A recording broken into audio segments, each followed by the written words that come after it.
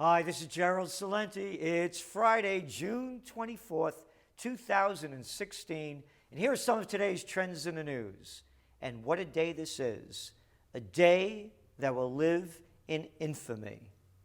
History was made yesterday when the people in the UK exited the EU. That's right. Now let's go back and look at the polls and look at the data. Do you remember what happened just about a week ago? They assassinated Jo Cox, the woman who was a parliamentary member in the United Kingdom. And she was a strong proponent for staying in the EU, a Remain vote. So we saw the numbers go in a complete flip, where after that happened, the polls showed that more people wanted to stay in than leave. Before that happened, several percent more wanted to leave than stay. And then they called a halt to campaigning. And then it resumed this past Monday. Going into the vote on Thursday, the polls, the hedge funds, the experts all said the UK is going to stay. They're not going to Brexit. Look at the numbers don't lie. You saw the Dow yesterday, up over 200 points. Across the board, all the indexes up. Gold getting knocked down because they were going to stay in the EU. So of course we know what happened. They chose to Brexit, stage right. We're leaving.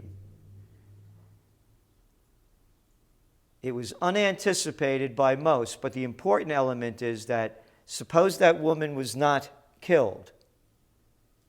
The numbers would have been even greater than the 48 that wanted to stay and the 48 that wanted to leave, 52, that wanted to leave would have been. It would have been much higher. So what this vote is about, it's more than wanting to leave the EU. It's about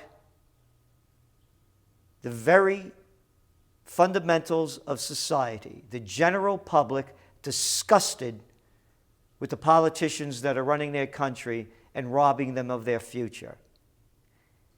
The two elements that drove the people to leave were two issues. The cheap labor forces coming in from Eastern Europe that are part of the Euro zone that could freely go between borders, taking away jobs from the British. That's what they said. That's what the Leave camp was rallying on. Plus, they were claiming to lose their national identity and were tired of being globalized. The underlying element is that this was a trigger point to shoot off the bullets that are going to start the panic of 2016. That was our top trend for this year that we released back in December of 2015. The panic of 2016, the cover of the TrendsJournal. This was the trigger, the Brexit. While a lot of this had to do with politics, the underlying driver is economics. Because the central banks, Brussels or the Bank of England in this case, or the Bank of the European Central Bank in the Euro group, of which the UK was not part of, have done nothing to create jobs for the working people. The wealth gap, as you well know the numbers, whether it's in the United States with the 1% getting 95% of the wealth created by the central banks since 2009, or the 62 folks around the world that have more dough than half the world's population put together. That's what this vote is about. And the bigger element of this vote is that it's going on around Europe. As soon as that Brexit vote came in, all of a sudden you started hearing from France, from the Netherlands, from Italy, from other countries around Europe. We want a referendum, direct democracy. Let the people vote. And the people are voting the end of globalization. And what this vote yesterday is the beginning of the end of the European Union. It's the beginning of the end of the European Central Bank, even though the UK was not part of the Euro group and not a member of the European Central Bank. Because once those other referendums kick in, bam, they're out. Exit stage right. Populist movements from the Freedom Party and over up in Austria. From the AFD, the Alternative for Deutschland, over in Germany.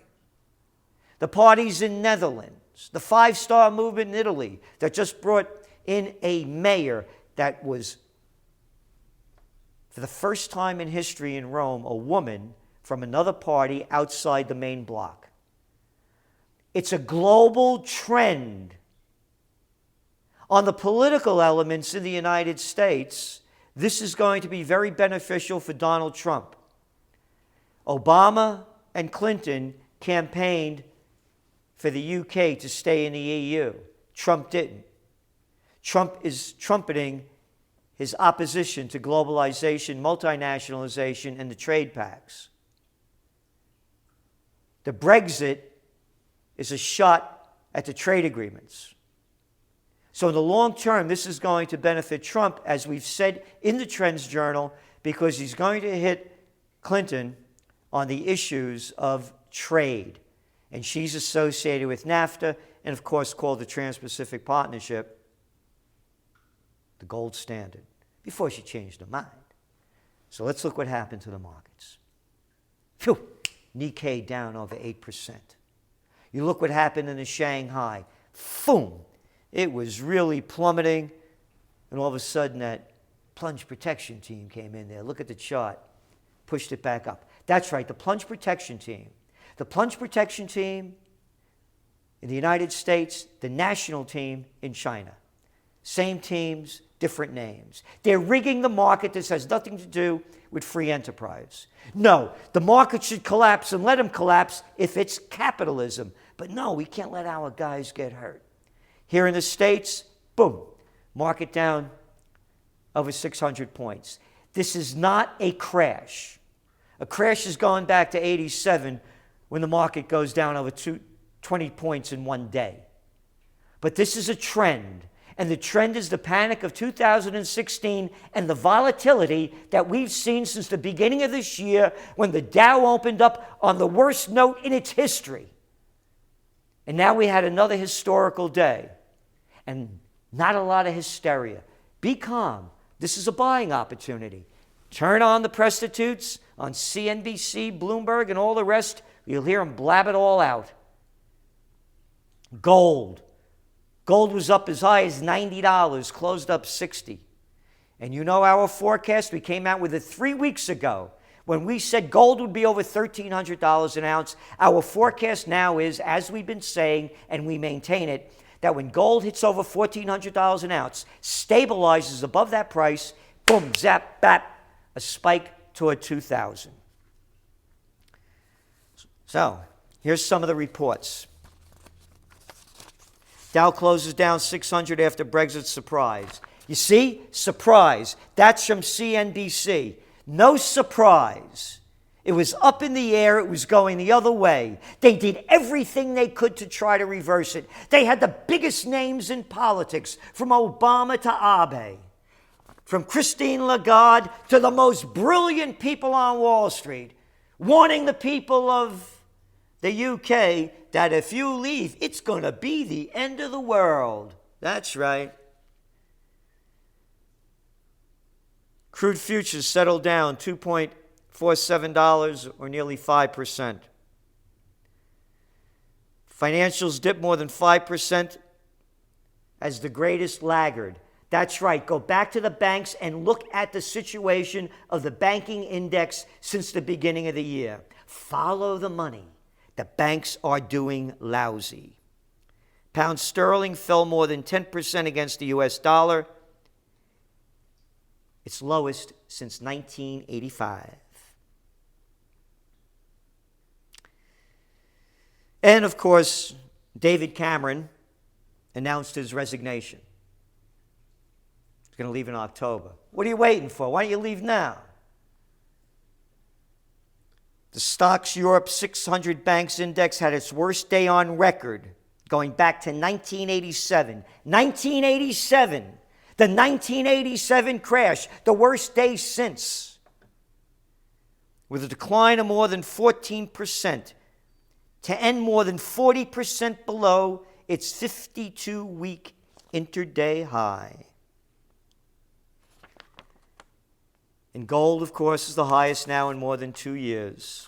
And on other economic news, to put this all together, because that's what we're saying, this is merely a trigger point to the panic of '08, in the U.S., don't make a lot of noise about this. Durable good orders fell more than expected, 2.2% in May. They're expecting it to decline only 0.5%. So there you have it. That's in a nutshell. And the wrap-up is in your trend alert. That's right, your trend alert. History before it happens. The panic of '08. We forecast that one on record.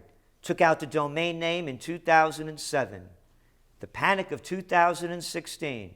That's right, we did that in 2015. History before it happens. A trend alert with information that you won't get from the prostitute media. Stay tuned. Be cautious. We're forecasting a lot of volatility and a lot of rigging of the markets. This is Gerald Celente, and that's some of today's trends in the news.